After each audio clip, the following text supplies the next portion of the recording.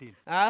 थोडं थांबला असता ना हं? तर चहा मिळला असता आमच्या घरी पण आव- तुम्ही लय घाई केली. अहो काय तुमचं अध्यक्ष घट्ट चहा येतंय त्यामध्ये आम्ही झालो मट्ट तुमचा काय व्यवहार आहे असा आपण रोजच आमच्या घरी काय चहाला तुमच्या अहो घरी तुम्ही का नाही रामभाऊच्या हातावर हात मारलाय काय मी हात मारलाय मग? रामभाऊची आणि माझी तुलना करताय तुम्ही. हा रामभाऊ काय माणसातला माणूस राहिला काय निवळ माणूस घाणे अवघ बर मग त्यात माझी काय चूक आहे.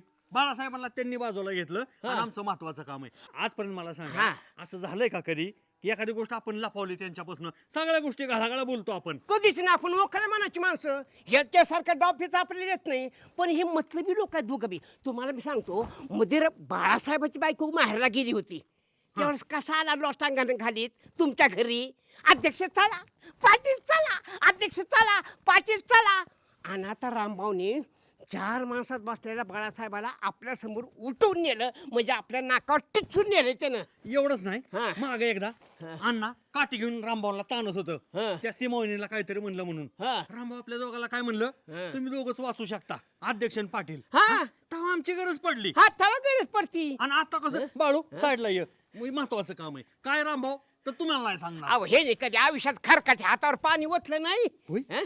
आणि ते रामभाऊनी काय केलंय टकुऱ्याचं मात्र सगळ्या सौंदर्याचा गुतुडा करून टाकलाच रामभाऊनी पण ते टकोरीचं जाऊ द्या ही मला काय वाटतंय माहितीये का हं. ही दोघं जेवायला पंक्तीला गेलेले असणार आहे ती. हा न बोलावता गाड्या बरोबर नळ्याची जत्रा गाडी खाली कुत्र जसं चलते का नाही तशीही चलते ती आणि ह्यांची सवय त्या बाळासाहेबांना लागली नाही नाही रामभाऊच्या कुठल्या तरी पाहुण्यांच्यात काहीतरी कार्यक्रम असणार आहे हं. आणि ते जेवणावर ताव मारायला गेलेला असणार आहे.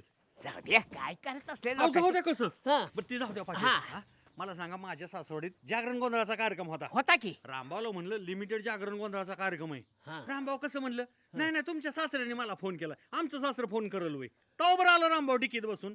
अहो हे कसं गाड्या बरोबर नळीची जत्रा आणि त्या गाडी खालचं कुत्र काय करायची असं इथल्या अवलादी न बोलावता कुठे बी जेवा बरं एखादा जर न बोलवता म्हणा किंवा बोलवता म्हणा ताटावर जेवायला बसल्यावर त्याला उठवता येत नाही नाही ना ना. ही आपली संस्कृती आहे हा ती दोघं मोकळी माणसं आहे ती. हा? बाळासाहेबाला- मोकळी? बाळासाहेबाला हा? काम नाही हा? आणि रामभाऊ तसलं पुढारी. मग गाव मोकळी माणसं म्हणताय ना अध्यक्ष तुम्ही मग ह्या गावाची इकी आणि निकी काय टिकवायची हिंमत आहे रामभाऊ काढ आपण दोघं ते- का आपल्या खांद्यावर जू देतात नेहमी उगा